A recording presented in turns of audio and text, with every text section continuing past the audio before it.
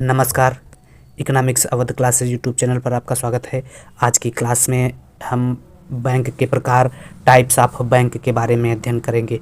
वर्तमान युग में आवश्यकता अनुसार अनेक प्रकार के बैंकों की स्थापना हो गई है। जैसे व्यापारिक बैंक जो है वह लोगों को अल्पकालीन ऋण उपलब्ध कराता है।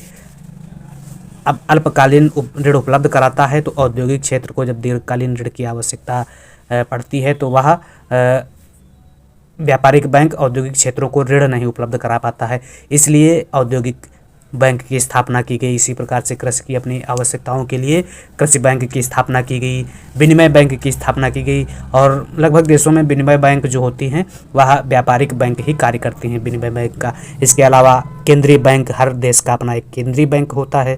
तो जैसे जैसे समय बढ़ता गया, आवश्यकता अनुसार प्रत्येक प्रकार के बैंकों की स्थापना होती गई और प्रत्येक वर्ग के जो बैंक होते हैं वह विशेष प्रकार के व्यवहार या कार्य के लिए ऋण आदि देने की व्यवस्था करते हैं और इन बैंकों की आर्थिक साधन की रीतियां भी अलग अलग होती हैं।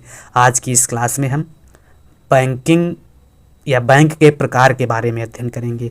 इन बैंक के प्रकारों में व्यापारिक बैंक क्या है या किसे कहते हैं, औद्योगिक बैंक किसे कहते हैं, कृषि बैंक क्या है, विनिमय बैंक क्या है और केंद्रीय बैंक किसे कहते हैं, इसके बारे में अध्ययन करेंगे। तो पहला जो बैंक है वह है व्यापारिक बैंक या कमर्शियल बैंक किसे कहते हैं। तो जो बैंक सामान्यतया बैंकिंग कार्य करते हैं वे व्यापारिक बैंक कहलाते हैं। व्यापारिक बैंक जो व्यापारिक संयुक्त स्कंद बैंक होते हैं, व्यापारिक बैंक जो होते हैं वह जॉइंट स्टॉक बैंक होते हैं। व्यापारिक बैंक की पूंजी अनेक अंशों में बटी हुई होती है और वे अंश या शेयर अनेक व्यक्तियों अथवा संस्थाओं द्वारा खरीदे हुए होते हैं।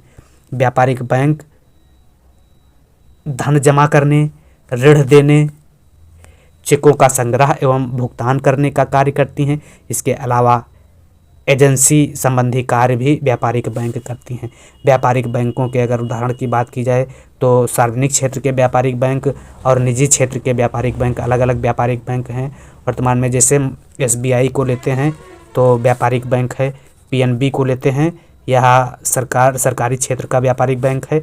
इसी प्रकार से बैंक ऑफ बड़ौदा सरकार क्षेत्र का बैंक है। और अगर हम प्राइवेट सेक्टर के व्यापारिक बैंकों की बात की जाए तो HDFC को ले लेते हैं।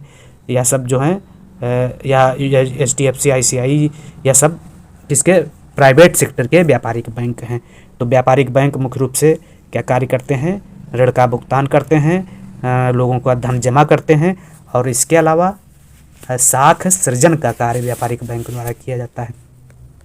अगला जो बैंक का प्रकार है वह है औद्योगिक बैंक, इंडस्ट्रियल बैंक। तो इंडस्ट्रियल बैंक किसे कहते हैं, व्यापारिक बैंक प्रायः जो है अल्पकालीन ऋण देते हैं जबकि उद्योगों के लिए दीर्घकालीन अथवा मध्यमकालीन ऋणों की आवश्यकता होती है। व्यापारिक बैंकों के पास जो रकम जमा होती है वह अल्पकाल के लिए होती है। व्यापारिक बैंक दीर्घकाल के लिए ऋण नहीं देती हैं। इसी कमी को पूरा करने के लिए औद्योगिक बैंक की स्थापना की गई थी और व्यापारिक बैंक जो है वह सिर्फ अल्पकालीन ऋण देते थे और व्यापारियों को दीर्घकालीन ऋण की आवश्यकता होती थी। तो दीर्घकालीन ऋण की आवश्यकता के लिए औद्योगिक बैंक की स्थापना की गई थी। भारत में औद्योगिक बैंक जो हैं वह भारतीय औद्योगिक वित्त निगम, औद्योगिक विकास बैंक तथा औद्योगिक साख एवं विनियोग निगम औद्योगिक बैंक के प्रमुख बैंक हैं। अगला इन सब के जैसे व्यापारिक बैंक है, व्यापारिक बैंक के बारे में अलग से क्लास लेंगे जिसमें व्यापारिक बैंक के कार्य के बारे में अध्ययन करेंगे और प्रकार वो साख सृजन व्यापारिक बैंक कैसे करते हैं उसके बारे में जानेंगे। हालांकि हम एक वीडियो पहले से ही साख सृजन का बनाए हैं, फिर से एक बार देख लेंगे। और इसके अलावा औद्योगिक बैंक के बारे में अध्ययन करेंगे जिसमें जो औद्योगिक बैंक हैं उन औद्योगिक बैंकों के बारे में अध्ययन करेंगे और औद्योगिक क्षेत्र का सबसे बड़ा बैंक क्या है उसके बारे में जानेंगे। इसी प्रकार से कृषि बैंक, एग्रीकल्चर बैंक कौन से होते हैं, तो जापान, जर्मनी आदि देशों में कृषि के विकास के लिए वित्त व्यवस्था करने वाले पृथक बैंक स्थापित किए गए हैं। यह बैंक खेती संबंधी कार्यों जैसे बीज, हल, बैल, सिंचाई आदि के लिए ऋण की व्यवस्था कराते हैं और भारत में कृषि संबंधी कार्यों के लिए वित्त व्यवस्था कराने के लिए सहकारी बैंक तथा भूमि विकास बैंक स्थापित किए गए हैं। तो भारत में किसानों के लिए वित्त की व्यवस्था देने के लिए, वित्त व्यवस्था विकास बनाने के लिए भूमि विकास बैंक की स्थापना की गई है, या सहकारी बैंक कह सकते हैं की स्थापना की गई है। और इन बैंकों को केंद्रीय बैंक तथा सरकार द्वारा आर्थिक सहायता प्रदान की जाती है, तब यह लोगों तक या किसानों तक ऋण पहुंचाते हैं। इसके अलावा